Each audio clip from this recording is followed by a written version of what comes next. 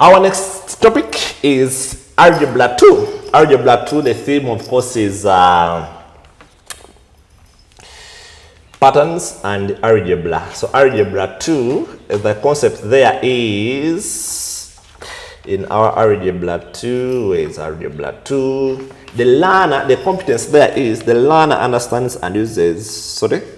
So here they confused it. Here the learning outcomes are recognize equivalent quadratic expressions, identify perfect squares, factorize quadratic expressions, solve quadratic equations where quadratic expressions can be factorized. That's what we are going to see. Now we are going to specify this one was so much about quadratic expressions and solving them. Okay, it says our scenario here, so that if you want any topic, you always go to the playlist, then you scroll down, you will see different topics you want for the topic prefer.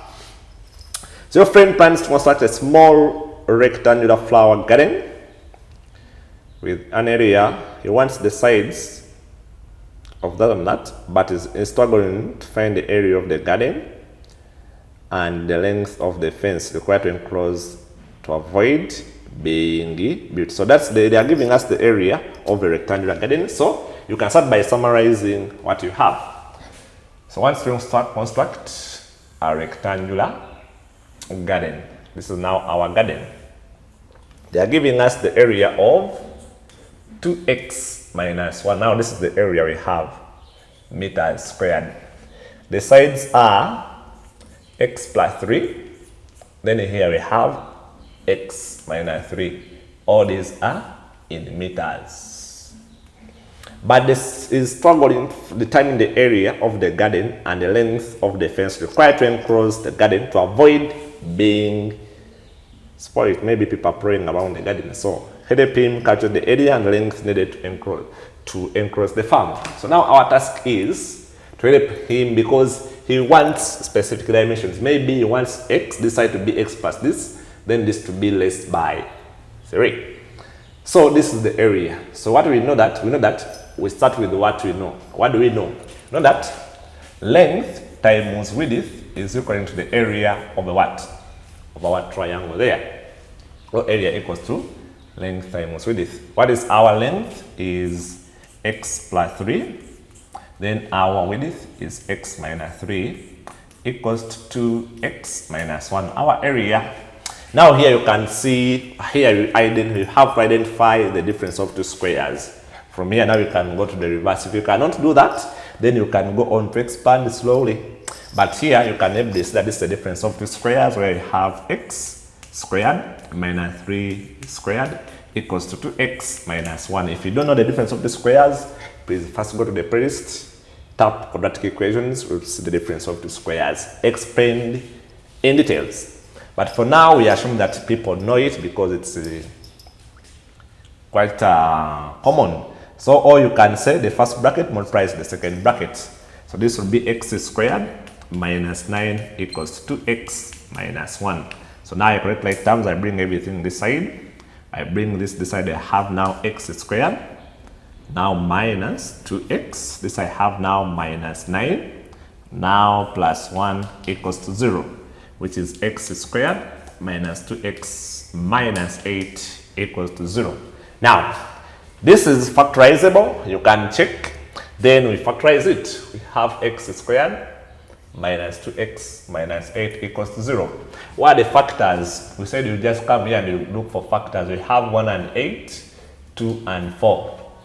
We said if the sign here is negative, then it means that these two have different signs. So, and so if this one is negative, then the big one has a negative. So these are the two factors. When I add this two, I get negative 2. When I multiply them, I get 8. So these signs here will help you always predict the routes you are going to use. So if I put them here, I have x squared. You can start with plus 2x. Then minus 4x, then minus 8 equals to 0. When I simplify this, I go back there. Factor out x. Here is minus is common, so minus 4. So if you factorize this and this from those two positions, you have x minus 4 equals to 0. So what does it mean? It means that now either x is negative 2 or x is 4. But if you have negative 2, you are going to be having negative distance, which is not possible. So therefore, you can therefore my x equals to what? To a 4. Now the question was, help determine the area. So our area, clearly our area from here, our area was 2x minus 1, which will be, now we have our 2, so 2 into 4 minus 1. So our area is going to be, this is 8 minus 1, which is 7. Then the length and the width, so our length, we said is x plus, our length is x plus 1. So our length is x plus 1, x plus 3, which is now 4 plus 3, which is 7. Then our width is x minus 3, which is 4 minus 3, which is 1. So now you help the friend, then you respond to the task. Help your friend, help. So now you say the area of the garden. So you respond that the area of the garden